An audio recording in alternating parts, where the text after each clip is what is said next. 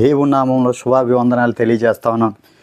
పరిశుద్ధ గ్రంథంలోంచి కొన్ని మాటలు నేర్చుకుందాం. మనందరికీ బాగా తెలిసిన వచనం మత్తయి సువార్త 11:28 వచనం. ఈ వచనం తెలియని క్రైస్తవ జనాంగం అంటూ ఎవ్వరూ ఉండరు. ప్రయాసపడి భారం మోస్తున్న సమస్త జనులారా నా యొద్దకు రండి, నేను మీకు విశ్రాంతిని కలగజేసేదను అంటాడు.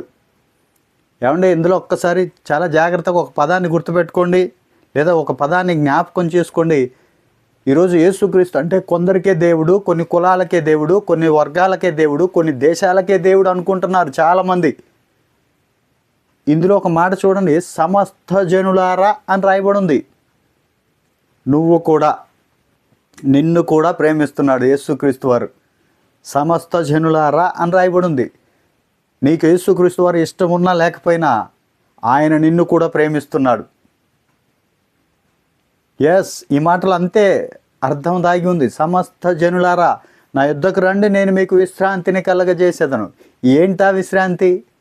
అసలు ఎక్కడ దొరుకుతుందా విశ్రాంతి అని అంటే, ఒకసారి లేఖనాల్లోంచి చూసినట్టయితే అండి, ప్రభు ఈ భూమి మీద ఉన్నప్పుడు శిష్యులకు బోధించినప్పుడు మత్తయి సువార్త 10వ అధ్యాయంలోనే చెప్తాడు, మనుషుల గురించి జాగ్రత్త ఉండండి, కొరడాలతో కొట్టిస్తారు, రాజ్యసభలకు పట్టిస్తారు, రాజుల ముందు నిలవబెట్టిస్తారు, అనేకమైన శ్రమలు కలుగుతాయి, లోకం నన్ను ఒప్పుకోలేదు, వాళ్ళు మిమ్మల్ని ఒప్పుకోరు, శ్రమలు కలుగుతాయి అన్నాడు. మరి విశ్రాంతి అంటారేంటండి?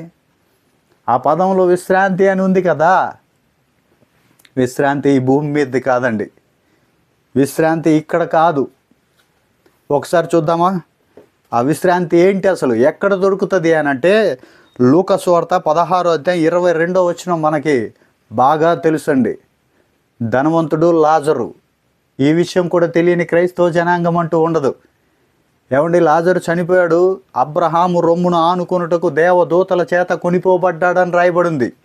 అక్కడే చూసినట్టయితే 23వ మాటలో కూడా ధనవంతుడు చనిపోయాడు, పాతాళంలో ఉన్నాడు. పాతాళంలో ఏముంటుందో తెలుసు కదండి అందరికీ, అగ్ని ఉంటుంది కదా, అగ్ని జ్వాలలు రగులుతుంటాయి కదా. అది దేవుడు చెప్పిన విశ్రాంతి. లాజర్ అయితే అబ్రహాము రొమ్మున విశ్రాంతి తీసుకుంటున్నాడు, చక్కగా దేవుని రాజ్యంలో ఉన్నట్టుగా మనకు కనపడతా ఉంటుంది, విశ్రాంతిలో ఉన్నట్టు కనపడతా ఉంటుంది. ధనవంతుడైతే పాతాళంలో అని రాయబడింది, అగ్ని జ్వాలలలో ఉన్నాడు అని కూడా రాయబడింది. అబ్రహామా, తండ్రి అయిన అబ్రహామా అంటూ కేకలు వేస్తూ, అయ్యా కొంచెం వాటర్ నాకు సహాయం చేయండి అయ్యా అని అడుగుతూ ఉంటాడు. అది విశ్రాంతి. అక్కడ యాతన పడుతున్నాడు కనుక దేవుడు చెప్పి ఆ విషయాన్ని గుర్తు చేస్తూ మనకి, ప్రయాసపడి భారం మోస్తున్న సమస్త జనులారా నా యొద్దకు రండి, నేను మీకు విశ్రాంతినిస్తాను. ఈ యాతన పడుకోకుండా, ఈ పాతాళంలో నరక యాతన పడుకోకుండా, అగ్ని జ్వాలల మధ్య నువ్వు యాతన పడుకోకుండా, విశ్రాంతి లాజరు వలె అబ్రహాము రొమ్మును ఆనుకొని ఉండడానికి ఆయన చెప్తున్న విశ్రాంతి. అందుకే నిన్ను నన్ను పిలుస్తున్నాడు, ప్రయాసపడి భారం మోస్తున్న సమస్త జనులారా. బ్రదర్, మళ్ళీ గుర్తు చేస్తున్నా, సమస్త జనులారా. ఇది ఒక వర్గమో, కులమో, మతమో, దేశానికో చెందిన మాట కానే కాదు, అందరికీ చెందిన మాట. అందుకే అంటాడు ఆయన సమస్త జనులారా. ఇంకా చూసినట్టయితే అక్కడ ఆయన యాతన పడుతూ, అయ్యా కొంచెం వాటర్ ఇప్పించండి, ఈ అగ్ని జ్వాలల్లో నేను తట్టుకోలేకపోతున్నా, నాకు విశ్రాంతి లేదు, నెమ్మది లేదు అని యాతన పడుతున్నట్టుగా తెలుస్తూ ఉంటుంది. ఒక అద్భుతమైన మాట చెప్పనా? యోహాను సువార్త 11వ అధ్యాయం 25వ మాటలో ఉంటుంది.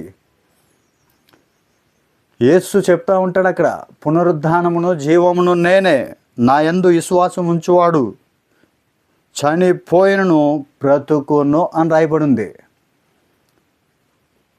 చాలా జాగ్రత్తగా గమనించండి ఈ మాటలో, చనిపోయినను బ్రతుకును అని రాయబడింది. ఆహా, లాజరు చనిపోయాడు కదా, లాజరు యేసు క్రీస్తునందు విశ్వాసం ఉంచాడు కదా, కానీ బ్రతికి ఉన్నాడు.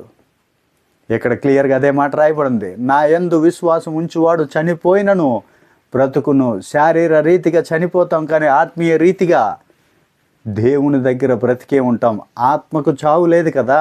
ఆ ఆత్మ మళ్ళీ పాతాళంలో పడి నరక యాతన పడేదానికంటే దేవుని దగ్గర ఉండి విశ్రాంతి పొందాలని ప్రభు మరలా చెప్తున్న ఈ మాట గుర్తు చేస్తున్నాను.